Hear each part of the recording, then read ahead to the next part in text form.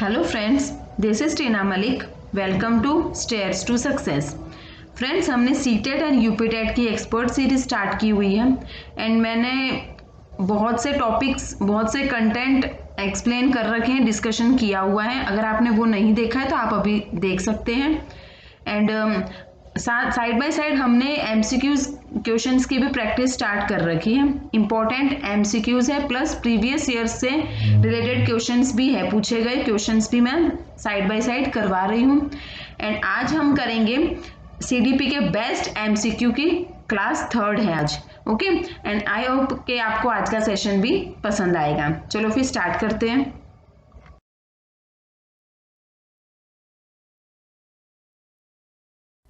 First question देख लेते हैं क्या है। Primary objective of assessment should B, means जो असेसमेंट जो है उसका मुख्य उद्देश्य क्या होना चाहिए, प्राइमरी ऑब्जेक्टिव क्या है उसका वो बताना है। Assignment rank to students, understanding childrens clarity and confusion about related concept, labelling students as per their score, या मार्किंग पास और fail in the report card. मतलब ये ऐसा कह रहे हैं कि असेसमेंट का मुख्य उद्देश्य क्या हो सकता है। असाइनमेंट रैंक करना है, स्टूडेंट्स को असाइनमेंट देना है, या फिर second one understanding childrens clarity and confusion about related concept. मतलब कि जो क्लास के स्टूडेंट हैं उनको उनकी समझ बनी है, कहाँ उनको डिफिकल्टी है, कौन से टॉपिक में उनका कौन सा कंसेप्ट क्लियर नहीं हो पाया है, प्रॉब्लम कहाँ आ रही है, वो सब कुछ समझना। ओके, थर्ड वन बोल रहा है लेबल कर दो स्टूडेंट्स को, लेबलिंग कर दो उनके स्कोर के अकॉर्डिंग, ये पुअर है, ये स्लो है, ये इंटेलिजेंट है, ये वेरी गुड है, ये सब कुछ मीन्स उनको लेबल करना। ये तो बिल्कुल ही नहीं प्रमोट किया जाता। ओके, टीचिंग लर्निंग प्रोसेस में लेबलिंग करना सही नहीं माना जाता। लास्ट वन ऐसे बोल रहे हैं कि उनको पास और फेल बता दो रिपोर्ट कार्ड में। नहीं, असेसमेंट का मेन मुख्य उद्देश्य क्या होना चाहिए, मुख्य उद्देश्य होता है कि संबंधित अवधारणाओं के बारे में बच्चों की स्पष्टता तथा भ्रांतियों को समझना। मीन्स उनकी समझ बन पाई है, कितना उन्होंने जाना, कितना उन्होंने सीखा, वो सब कुछ समझना। कहाँ उनको कंफ्यूजन है, कौन सा टॉपिक उनको डिफिकल्ट लगता है, कौन सा कंसेप्ट उनको समझ में नहीं आया है, वो सब कुछ टीचर जान पाए, इसे कहते हैं। ये होता है असेसमेंट का मुख्य उद्देश्य, प्राथमिक उद्देश्य ये माना जाता है। Means option B. Is that clear? चलो नेक्स्ट वन देख लेते हैं। Continuous and comprehensive evaluation includes, जो सतत एवं व्यापक मूल्यांकन जो है वो क्या इंक्लूड करता है आपको वो बताना है। ओनली फॉर्मेटिव असेसमेंट या only summative assessment, neither formation nor summative assessment, या फिर last one both formative and summative assessment using a wide variety of strategies. मतलब ये ऐसे कह रहे हैं कि जो हमने पढ़ा, मैंने आप करवा रखा है ना असेसमेंट टॉपिक, स्पेशल लिया हुआ है मैंने असेसमेंट टॉपिक। ओके, एंड एक और मैंने करवा रखा है CCE, continuous and comprehensive evaluation. ये दोनों ही टॉपिक इतने इंपॉर्टेंट है, बहुत ज्यादा मायने रखता है ये टॉपिक। मल्टीपल टाइम क्वेश्चंस पूछे गए हैं। कोई भी टीचिंग एग्जाम्स की आप प्रिपरेशन करते हो तो आप प्रीवियस ईयर के पेपर उठा के देख लो, आपको बहुत सारे क्वेश्चंस देखने को मिलेंगे इस टॉपिक से रिलेटेड। ओनली सीडीपी सेक्शन नहीं कह रही मैं, सीडीपी सेक्शन में तो देखने को मिलते ही हैं। हिंदी पेडागोजी, इंग्लिश पेडागोजी, और आपका कोई भी सब्जेक्ट है, साइंस है, मैथ साइंस है, एसएसटी है, जो भी है उन सभी में इससे रिलेटेड क्वेश्चंस आते ही आते हैं। तो आप खुद समझो ये टॉपिक कितना इंपॉर्टेंट है। एंड देखो फ्रेंड्स, मैं अभी भी बता रही हूँ मोस्ट इंपॉर्टेंट टॉपिक है। अगर आपने अभी तक नहीं देखा है ना तो प्लीज देख लीजिए, बहुत ही इजी वे में मैंने कंसेप्ट क्लियर किया हुआ है। ओके, अगर नहीं देखा है तो प्लीज देख लीजिए साइड बाय साइड। इससे रिलेटेड मैंने ये 2nd क्लास है मेरी, ठीक है, असेसमेंट एंड सीसीई टॉपिक से रिलेटेड क्वेश्चंस लेकर आई हूं मैं। इससे प्रीवियस क्लास आप देखोगे वो भी इसी टॉपिक से रिलेटेड क्वेश्चंस थे। ओके, तो प्लीज देख लीजिए, मोस्ट इंपॉर्टेंट टॉपिक है ये। तो देखो ये क्वेश्चन क्या कह रहा है, ये क्वेश्चन बोल रहा है कि सतत एवं जो व्यापक मूल्यांकन है उसमें क्या शामिल है। सिर्फ फॉर्मेटिव असेसमेंट ओनली तो नहीं होगा, ठीक है, फॉर्मेटिव प्लस सुमेटिव दोनों साथ आते हैं ना, दोनों ही साथ में चलते हैं। तो option D is the correct answer. उसमें क्या है, फॉर्मेटिव एंड सुमेटिव असेसमेंट दोनों साथ में चलते हैं। इसमें सीसीई में दोनों ही मेजर रोल प्ले करते हैं, इंपॉर्टेंट रोल प्ले करते हैं। Okay, next question, Which one of the following would be the most effective way of conducting assessment? Assessment करना है तो सबसे बेस्ट वे कौन सा होगा? Okay, assessment should be at the end of session. Assessment is an inbuilt process in teaching learning. Third one, assessment should be done twice in academic session, at the beginning and the end. ऐसे बोल रहे हैं कि जो assessment है ये academic session में सिर्फ 2 बार होना चाहिए, एक तो स्टार्टिंग में हो जाए और एक एंड में हो जाए। नहीं, ऐसा तो कुछ नहीं है, अकेला एंड में भी नहीं कर सकते हैं। Assessment should be done by an external agency and not by the teachers. नहीं, ये तो सिर्फ टीचर ही कर पाएगा ना असेसमेंट, तो क्योंकि जो पूरे साल टीचर बच्चों को पढ़ा रहा है तो टीचर इजीली कर पाएगा, अच्छी तरह से कर पाएगा, बेटर वे में कर पाएगा, क्योंकि वो बच्चों को जज भी तो कर रहा है ना, देख रहा है पूरे सेशन के दौरान वो बच्चों को एग्जामिन कर रहा है, असेस करता हुआ चलता है, तो उसको ज्यादा बेहतर पता होता है टीचर्स को।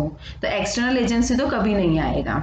ओके, तो कौन सा रह गया? Option B, assessment is an inbuilt process. Okay, ये इनबिल्ट प्रोसेस होता है टीचिंग लर्निंग दौरान, मतलब आकलन शिक्षण अधिगम में अंतर्निहित प्रक्रिया है। Sorry, option B is the correct answer. Next question, the most appropriate logical predict for the continuous and comprehension evaluation should be. Most appropriate, जो बिल्कुल सही लग रहा है, कौन सा हो सकता है? Assessing more than one aspect of learning, या फिर maximising the assessment opportunity, promoting the holistic nature of human personality, या last one increasing the burden on teachers. तो देखो, टीचर्स पे कोई बर्डन नहीं आ रहा है। ओके, ये तो बर्डन वाली बात तो कुछ है नहीं। मैक्सिमाइजिंग द असेसमेंट अपॉर्चुनिटी, ज्यादा से ज्यादा अपॉर्चुनिटी, असेसमेंट की अपॉर्चुनिटी दी जा रही है। या first one, assessing more than one aspect of learning, एक से ज्यादा एस्पेक्ट ऑफ लर्निंग को असेस कर पाना। तो सबसे बेस्ट ऑप्शन जो इन सभी में है वो है promoting the holistic nature of human personality. Holistic हो रहा है ना, मीन्स उनका ओवरऑल डेवलपमेंट देखा जा रहा है, ओवरऑल उन्होंने कितना कुछ सीखा वो देखा जा रहा है। ओके, मानव व्यक्तित्व की समग्र प्रकृति, कितना उन्होंने उनकी ह्यूमन पर्सनैलिटी चेक की जा रही है, मतलब किसमें? ह्यूमन डेवलपमेंट, हर एक एस्पेक्ट में ऑल राउंड डेवलपमेंट देखा जा रहा है। Okay, option C, promoting the holistic nature, holistic development हो रही है, ओवरऑल हर एक पूर्ण रूप से जो विकास हो रहा है ना वो चेक किया जाता है, कितना उन्होंने सीखा overall. Okay, next one, diagnosis of the gaps in the learning of student should be followed by. ये जो डायग्नोस्टिक एंड रेमेडियल टीचिंग, ये किसका पार्ट है? ये फॉर्मेटिव असेसमेंट का पार्ट है। ओके, इसमें क्या हो रहा है? इसमें टीचर डायग्नोस करता है, साइड बाय साइड उनको रेमेडी भी प्रोवाइड करता है स्टूडेंट्स को। तो इसका सेकंड नेम यही है। फॉर्मेटिव असेसमेंट को किस नाम से जाना जाता है? डायग्नोस्टिक एंड रेमेडियल के नाम से, रेमेडी के नाम से। ओके, तो ये ऐसे पूछ रहे हैं कि diagnosis of gaps in the learning of student should be followed by, किस तरह से किया जाएगा? लर्निंग में गैप को डायग्नोस कर लिया, मतलब कहाँ उनको दिक्कत आ रही है, बच्चों को सीखने में क्या प्रॉब्लम है वो पता लगा लिया टीचर ने, तो आगे क्या प्रोसेस होगा, क्या करेंगे आगे? सिस्टमैटिक रिवीजन ऑफ लेसन, सभी लेसन्स का रिवीजन करवाएंगे फिर से। Reporting the findings to learners and parents, learners को बताएंगे, पेरेंट्स को बताएंगे कि आपकी ये दिक्कत है, हमने ढूंढ के निकाल दिया, टीचर ऐसे बताएगा। एप्रोप्रिएट रेमेडियल मेजर्स, प्रॉपर उनको रेमेडी प्रोवाइड करेंगे विद रेमेडियल टीचिंग और डिफरेंट डिफरेंट स्ट्रेटेजीज यूज करके कि उनकी प्रॉब्लम को सॉल्व करेंगे। एक मेथड से समझ नहीं आया तो दूसरी मेथड्स में प्रॉपर मेथड से प्रॉपर वे में इफेक्टिव वे में वही कंसेप्ट को क्लियर करेंगे। या last one intensive drill and practice. तो बेस्ट ऑप्शन कौन सा होगा? टीचर ने डायग्नोज कर लिया, गैप पता लगा लिया कि अधिगम में कहाँ दिक्कत आ रही है, तो वो कैसे ठीक किया जाएगा? समुचित उपचारात्मक कार्य से, मीन्स रेमेडी प्रोवाइड करके। Okay, option C, appropriate remedial measures. Next question, Christina took her class for a field trip and after coming back, she discussed the trip with her students. It may be connoted as, मतलब Christina अपनी class के बच्चों को trip पे लेकर गई, field trip पे लेकर गई एंड जब वहां से आए वापस तो टीचर ने ऐसे बोला, क्रिस्टीना ने ऐसे बोला सभी बच्चों को कि आप ट्रिप के बारे में डिस्कशन करो। तो ये क्या बता रहा है, क्या टीचर क्या बता रही है, मतलब क्या कहना चाहती है, क्या मतलब है इस बात का?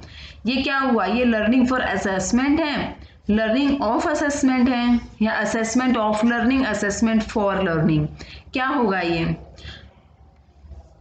देखो फ्रेंड्स, जब मैंने असेसमेंट का टॉपिक कराया ना तब मैंने कुछ क्वेश्चन साथ में डिस्कस भी किए थे eight the end of this session, means वो क्लास जब खत्म होने वाले थे तब लास्ट में कुछ क्वेश्चंस मैंने डिस्कस किए थे, तब ये वाला क्वेश्चन मैंने बताया था। ओके, कि क्रिस्टीना अपनी कक्षा को क्षेत्र भ्रमण पर ले जाती है और वापस आने पर अपने विद्यार्थियों के साथ भ्रमण पर चर्चा करती है, मीन्स डिस्कशन हो रहा है कि फील्ड ट्रिप में हमने क्या देखा, क्या कुछ सीखा। ठीक है, तो ये किस और संकेत करता है? आकलन के लिए सीखना, आकलन का सीखना, सीखने का आकलन या सीखने के लिए आकलन। तो क्या होगा? Learning for assessment. क्यों? क्योंकि देखो ये eight the end of the session नहीं है, ये फॉर्मेटिव असेसमेंट का पार्ट हुआ ना, लर्निंग फॉर असेसमेंट है ना, तो ये लर्निंग का पार्ट हुआ, फॉर्मेटिव असेसमेंट का पार्ट है ये। एंड सेशन खत्म नहीं हुआ है, टीचर ने जस्ट क्वेश्चन पुट किया है, डिस्कशन हो रहा है, नॉर्मल है, कोई पेन पेपर टेस्ट नहीं है, कुछ इसके मार्क्स जुड़ेंगे ऐसा कुछ नहीं, ये सिर्फ जनरल क्या कुछ सीखा बच्चों ने वो सब कुछ असेस किया जा रहा है। Okay, next question, all of the following promote assessment as learning except, means इनमें से ये जितने भी जो चारों ऑप्शन हैं इनमें से सभी असेसमेंट एज लर्निंग को प्रमोट कर रहे हैं, पर एक है जो नहीं कर रहा। ओके, क्या होगा? Testing students as frequently as possible. Next one, telling students to take internal feedback, generating a safe environment for students to take chances. Last one, tell students to reflect on the topic taught. तो देखो friends, पहले तो question देख लो क्या पूछ रहा है। Question में पूछा है assessment as learning. As learning क्या होता है? एज लर्निंग मीन्स सेल्फ से रिलेटेड है ना, सेल्फ अंडरस्टैंडिंग, कितना सेल्फ असेसमेंट। तो इसमें ये बताना है कि कौन सा ऑप्शन सेल्फ असेसमेंट को नहीं दर्शाता, एक्सेप्ट बोला है, तो वो कौन सा होगा? Testing students as frequently as possible, mean जितना हो सके उतना ज्यादा स्टूडेंट्स को टेस्ट करो। सेकंड ऑप्शन बोल रहा है स्टूडेंट को इंटरनल फीडबैक का मौका दो। ठीक है, generating a safe environment for students to take chance, एक प्रॉपर एनवायरमेंट क्रिएट करो ताकि स्टूडेंट्स खुद से अच्छे से चांस ले सकें, उनको अपॉर्चुनिटी मिल सके। ठीक है, खुद को एक्सप्रेस करने के, अपने एक्सपीरियंस से शेयर करने के, अपने थॉट्स थिंकिंग सब कुछ शेयर करने का उनको प्रॉपर एनवायरनमेंट मिल सके, ये बात तो सही है। Tell students to reflect on the topic taught, मतलब बच्चों को मौके दो, बोलो कि आप अपनी प्रतिक्रिया दो, अपने एक्सप्रेशन दो, अपने थॉट बताओ, पॉइंट ऑफ व्यू बताओ जो टॉपिक सिखा रखा है। तो ये सभी पॉइंट्स सेल्फ असेसमेंट से रिलेटेड है। जो फर्स्ट है ना, फर्स्ट वाला ए ऑप्शन, वो ये बता रहा है जितनी संभावना हो शिक्षार्थियों का लगातार परीक्षण लेना, ये सेल्फ असेसमेंट का नहीं आएगा, ये असेसमेंट एज लर्निंग में नहीं आएगा। जो नहीं है वही आंसर सही है। ऑप्शन ए करेक्ट है। Next one, when a cook tests a food during cooking it may be akin to. मैंने ये जब टॉपिक करवाया था असेसमेंट वाला, उसमें मैंने ये क्वेश्चन डिस्कस किया हुआ है। ओके क्यों बताऊं, ये ना प्रीवियस ईयर में पूछा गया क्वेश्चन है, इसलिए मैंने तब भी सेशन के टाइम पे भी मैंने कंसेप्ट क्लियर किया था, जब कंटेंट करवाया तब भी मैंने ये क्वेश्चन डिस्कस किया हुआ है। एंड अब भी मैं जो बेस्ट एमसीक्यूज का टॉपिक लाई हूँ, क्लास लाई हूँ, उसमें भी मैं ये डिस्कस कर रही हूँ क्योंकि ये प्रीवियस ईयर में पूछा गया है एंड रिपीटेडली क्वेश्चंस आते रहते हैं। ओके प्रीवियस ईयर के आप क्वेश्चंस देखोगे ना, रिपीटेडली पूछे जाते हैं, तो आपको आइडिया होना चाहिए, पता होना चाहिए। तो बताओ इसका क्या आंसर होगा। इसका आंसर होगा, मतलब जब एक बावर्ची खाना पकाते समय खाने को चखती है तो वो डैश के समान है, मतलब खाना बना रहा है एक कुक एंड वो बीच में टेस्ट कर रहा है। ओके तो ये क्या है, assessment and learning, assessment of learning, assessment for learning या assessment as learning. Means cook अकेला है, खुद टेस्ट कर रहा है, ये क्या हो गया, मीन्स ये तो एज लर्निंग हुआ ना, सेल्फ असेस कर रहा है, कोई गेस्ट नहीं आए हुए, कोई और बाहर का नहीं है कि टेस्ट करके बताएंगे कैसा है क्या कुछ नहीं, ये असेसमेंट एज लर्निंग है, खुद असेस कर रहा है ना, सेल्फ असेसमेंट है। Next question, school based assessment is primarily based on the principal that. ये जो स्कूल बेस्ड असेसमेंट है ना, एसबीए बोलते हैं इसको, ये टॉपिक भी छोटा सा टर्म है ये, इससे रिलेटेड भी क्वेश्चंस आ जाते हैं। ओके तो ये क्या है, इसका मेन प्रिंसिपल क्या है, किस प्रिंसिपल पे बेस्ड है वो बताना है आपको।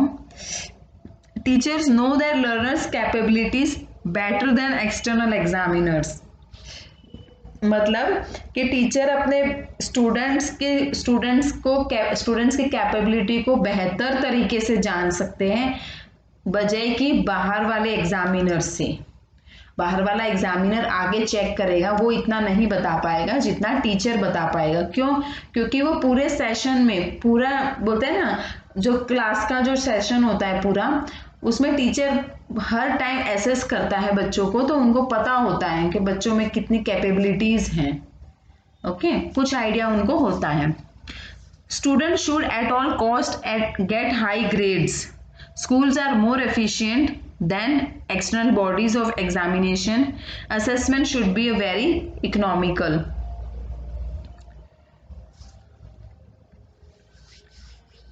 तो देखो इसमें है ना, जो बेस्ट ऑप्शन जो है स्कूल बेस्ड असेसमेंट का, वो ये है कि teachers know their learners capabilities better than external examiners. जो बाहर वाले आते हैं एग्जामिनर्स, चेक करते हैं स्टूडेंट को, वो इतना नहीं असेस कर पाते हैं जितना कि क्लास टीचर कर पाता है, क्योंकि वो पूरे सेशन के दौरान बच्चों से कनेक्टेड रहता है, उनको आइडिया होता है कि बच्चों में कितनी कैपेबिलिटी है, कितना सीख पा रहे हैं, वो एग्जामिन करते रहते हैं ना, असेस करते रहते हैं, तो उनको आइडिया होता है।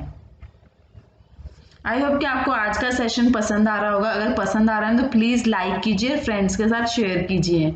मोस्ट इंपॉर्टेंट टॉपिक डिस्कस कर रही हूं मैं आज। ओके नेक्स्ट क्वेश्चन,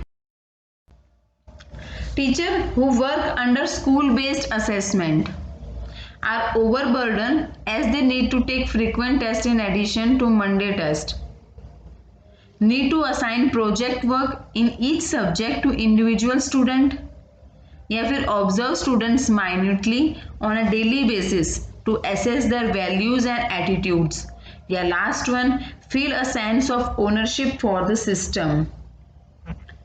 ये ऐसे कह रहे हैं कि वो शिक्षक जो विद्यालय आधारित आकलन के अंतर्गत कार्य करते हैं, तो वो क्या होता है, क्या वो ओवरबर्डन हो जाते हैं, मीन्स उन पर अधिक कार्य का बोझ रहता है क्योंकि उन्हें सोमवार की परीक्षा सहित अक्सर परीक्षा लेनी पड़ती है।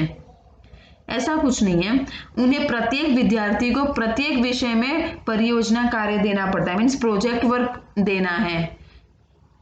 या फिर लास्ट थर्ड वन, शिक्षार्थियों के मूल्यों और अभिवृत्तियों का आकलन करने के लिए रोजाना उनका सूक्ष्म अवलोकन करते हैं। मीन्स डेली बेसिस पे उनको एसेस करते हैं, माइन्यूटली, मीन्स बहुत ही माइन्यूट बोलते हैं, छोटे छोटे पार्ट्स में छोटे छोटे कंसेप्ट्स हैं, उन सबको मतलब ये डेली बेसिस पे चेक करते रहते हैं। तो ये तो काफी हद तक सही लग रहा है ना ऑप्शन। एंड लास्ट ऐसे बोलता है कि व्यवस्था के लिए स्वामित्व की भावना रखते हैं। ऐसा कुछ नहीं है, लास्ट जो ऑप्शन सी है वो करेक्ट है। मीन्स ऑब्जर्व करते हैं, टीचर्स ऑब्जर्व करेंगे स्टूडेंट्स को minutely on the daily basis. Okay, daily बच्चों से कुछ ना कुछ पूछते रहना, तो क्या है उनको ऑब्जर्व अच्छे से कर पाता है teachers. Okay, next one, school based assessment. क्या है ये school based assessment? Focus on exam techniques rather than outcomes. Techniques जैसा तो कुछ नहीं है। Offer less control to students over what will be assessed. Improve learning by providing a constructive feedback. Last one, encourage teaching to the test as they involve frequent testing. मतलब ये जो विद्यालय आधारित आकलन है ये क्या है? परिणामों की अपेक्षा परीक्षा तकनीकों पर केंद्रित है। मीन्स कोई टेक्निक्स पर ये फोकस तो नहीं करता। नेक्स्ट वन है, क्या आकलित किया जाएगा इस पर शिक्षार्थियों को कम नियंत्रण प्रदान करना। कम नियंत्रण प्रदान करना ऐसा तो कुछ नहीं है, लेस कंट्रोल तो नहीं होता है कुछ। Improve learning by providing a constructive feedback, ये करेक्ट ऑप्शन है, ऑप्शन सी। रचनात्मक प्रतिपुष्टि उपलब्ध कराते हुए सीखने में संवर्धन करता है। कंस्ट्रक्टिव फीडबैक प्रोवाइड करते हैं ये। Okay, next one, the following are features of anecdotal record except. ये जो एनेक्डोटल रिकॉर्ड है ना, इससे रिलेटेड इसके फीचर्स दे रखे हैं, कौन सा नहीं है वो बताना है। Okay, it is an accurate description of events. जो एग्जैक्ट होता है ना, एक्चुअल होता है, वो बताता है क्या ये एनेक्डोटल रिकॉर्ड? करेक्ट है ये तो। इट डिस्क्राइब्स पर्सनल डेवलपमेंट और social interaction of the child, ये भी करेक्ट है। ये जो बोलते हैं ना घटित घटना होती है, शॉर्ट स्टोरी के ऊपर होता है ये, ठीक है। जो इंसिडेंट हो रहा होता है ना उसके ऊपर, जो एक्चुअल है वो बताएगा। इसमें पर्सनल डेवलपमेंट, सोशल इंटरेक्शन सब कुछ आ जाता है बच्चे का। It is a factual report with enough detail, this one is also correct. ये फैक्चुअल है ना, फैक्ट बेस्ड है, जो एक्चुअल में हुआ है, जो रियल में हुआ है वो बताएगा, and with enough details. Okay, detail बहुत दी हुई होती है इसमें ज्यादातर। And last one, it is subjective evidence of behaviour and therefore does not provide feedback for scholastic area, this one ये नहीं है, जो नहीं है वही पूछा है, एक्सेप्ट पूछा है ना, तो ऑप्शन डी। ओके, ये व्यवहार का व्यक्तित्वनिष्ठ साक्ष्य है और इसलिए ये शैक्षणिक क्षेत्र के लिए प्रतिपुष्टि उपलब्ध नहीं कराता, option D. Next one, while selecting material for the portfolio of students dash of dash should be there, मतलब कि विद्यार्थियों के पोर्टफोलियो के लिए सामग्री का चयन करते समय डैश का डैश जरूर होना चाहिए। क्या होना चाहिए? स्टूडेंट्स का क्या होगा? इंक्लूजन, इंक्लूजन होगा ना स्टूडेंट्स का, स्टूडेंट्स को इन्वॉल्व करना है, इंक्लूड करना है। Of students should be there, okay, option C, inclusion of students should be there. Next one, students in a class are asked to assemble various artifacts of their work in notebook to demonstrate what they can do for the society. What kind of activity is this? मतलब ये ऐसे कह रहे हैं कि कक्षा में विद्यार्थियों से कहा गया है कि वह अपने समाज के लिए क्या कर सकते हैं। इसे दर्शाने के लिए एक नोटबुक में अपने कार्य की विविध शिल्प कृतियां को संयोजित करें। ओके, डेमोन्स्ट्रेट करके बताना है। ओके, अपनी नोटबुक में डेमोन्स्ट्रेट करना है, दिखाना है कि सोसाइटी के लिए आप क्या कर सकते हैं। ओके, तो वो कैसे होगा, किस टाइप का असेसमेंट है ये, क्या है ये, ऐसे टाइप असेसमेंट या फिर anecdotal record, problem solving assessment या पोर्टफोलियो असेसमेंट। तो देखो फ्रेंड्स, ये होगा पोर्टफोलियो असेसमेंट। ओके, मतलब कि इसमें ये दर्शाने के लिए कि एक नोटबुक में अपने कार्य की विविध शिल्प कृतियां मीन्स डिफरेंट वेरियस आर्टिफैक्ट्स को उन्होंने बताना है, डिस्क्राइब करना है, डेमोन्स्ट्रेट करना है। तो वो कैसे करेंगे, ये पोर्टफोलियो से करेंगे, पोर्टफोलियो असेसमेंट कहा जाता है इसको। Next one, multiple choice questions assess the child's ability to. ये जो मल्टीपल चॉइस क्वेश्चंस होते हैं ना, बहुविकल्पीय प्रश्न, बच्चों की डैश की योग्यता का आकलन करते हैं। क्या, रिकॉग्नाइज, करेक्ट ही है ये तो, बिल्कुल ही आसान सा है, बिल्कुल इजी क्वेश्चन है ये तो, कि रिकॉग्नाइज करना। अब आप खुद देख लो, आप एग्जाम देने जाते हो, उसमें क्वेश्चन लिखा है, 4 ऑप्शंस हैं, तो आप क्या कर रहे हो, आप करेक्ट आंसर को पहचान रहे हो ना, रिकॉग्नाइज कर रहे हो। रिकॉल करना जैसा कुछ नहीं होता। ओके, कंस्ट्रक्ट थोड़ी ना करेंगे, निर्माण थोड़ी करना है सही आंसर का, इसमें तो ऑप्शन दिए हुए, आप लोग को तो बस पहचानना है। सही उत्तर की व्याख्या करना, व्याख्या भी नहीं, एक्सप्लेन नहीं करना है। एमसीक्यू में सिर्फ 4 ऑप्शन होते हैं, उनमें से एक सही को पहचानना है। बहुत ही इजी क्वेश्चन है। Next one, Which of the following is not an appropriate tool for formative assessment? Formative assessment का टूल नहीं है, कौन सा होगा, term test, quiz and games, assignment, oral questions. तो देखो, क्विज हो गया, डिबेट्स हो गया, असाइनमेंट, ठीक है, ओरल क्वेश्चंस, ये सभी तो फॉर्मेटिव असेसमेंट के पार्ट है, टूल्स हैं। कौन सा नहीं है, टर्म टेस्ट, क्योंकि ये टर्म टेस्ट जो है ना, ये पेन पेपर टेस्ट माना जाता है, ये ऐसे का पार्ट है, समेटिव असेसमेंट का पार्ट है। Is that clear? I hope कि आपको आज के जो क्वेश्चंस मैं लेकर आई हूँ ये पसंद आए होंगे। नेक्स्ट वन,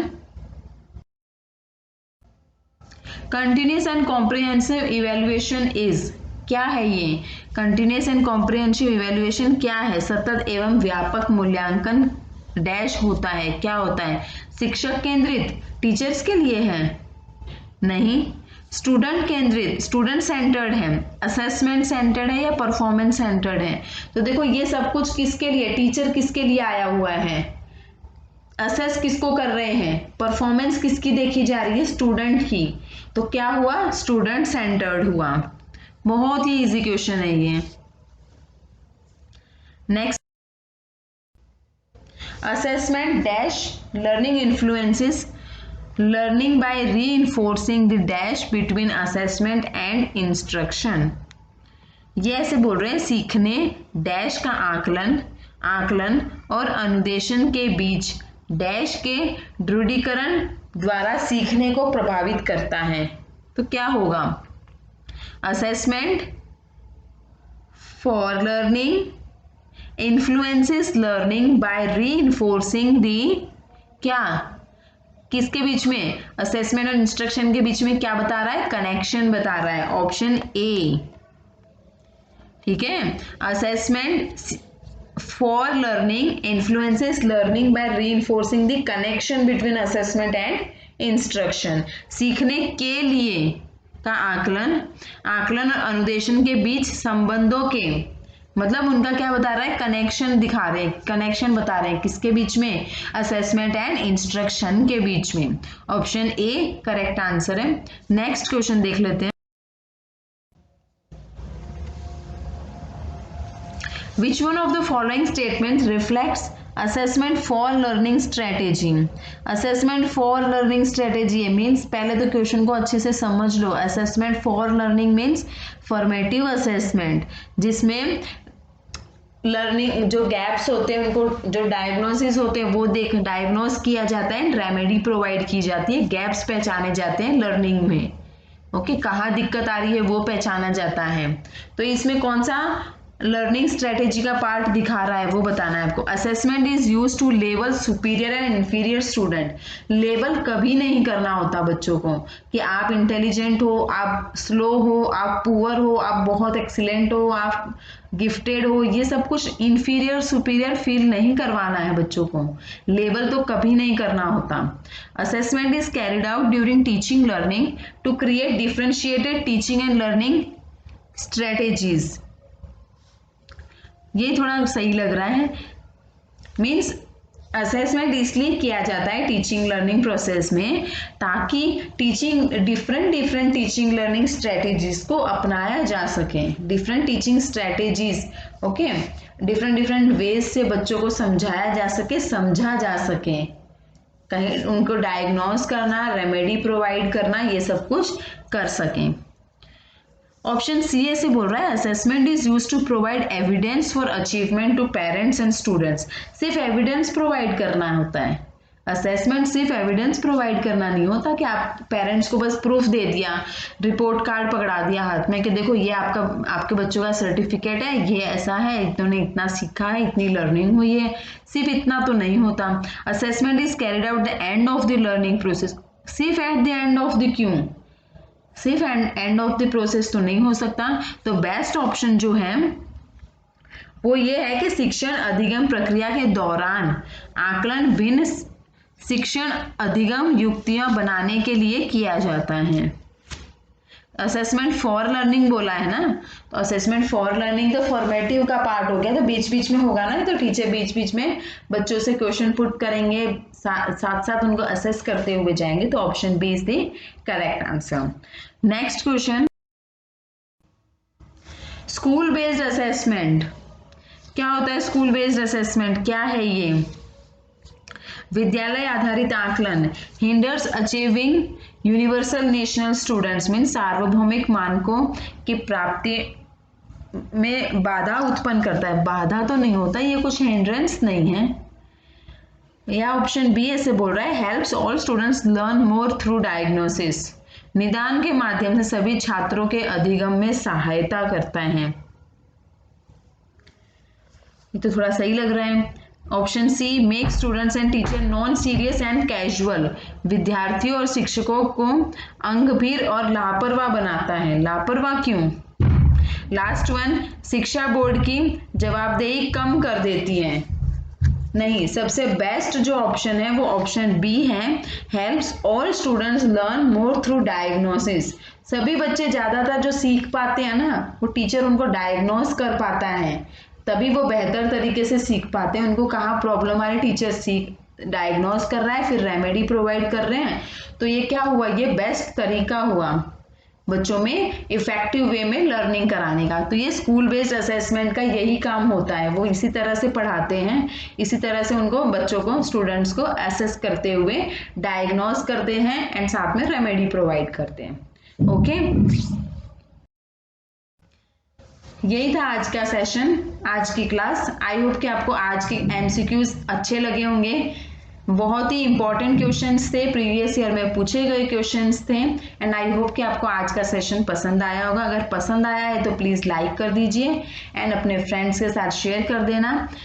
एंड अब जितना ज़्यादा हो सके उतना शेयर करो ताकि मुझे मोटिवेशन मिल सके। मैं आप लोगों से इंस्पायर्ड होती हूँ, जितने सेशन शेयर करोगे मुझे इंस्पिरेशन मिलता है, इंस्पायर्ड होती हूँ मैं। ओके, एंड फर्स्ट टाइम इस चैनल पे आया तो सब्सक्राइब कर लीजिए, बेल आइकन प्रेस कर लेना ताकि आने वाले सेशंस के, आने वाले वीडियोस के नोटिफिकेशन आप तक टाइम से पहुंचते रहें। Thanks for watching. मिलते हैं नेक्स्ट सेशन में, कोई इंटरेस्टिंग सा इंपॉर्टेंट सा टॉपिक लेकर आऊंगी।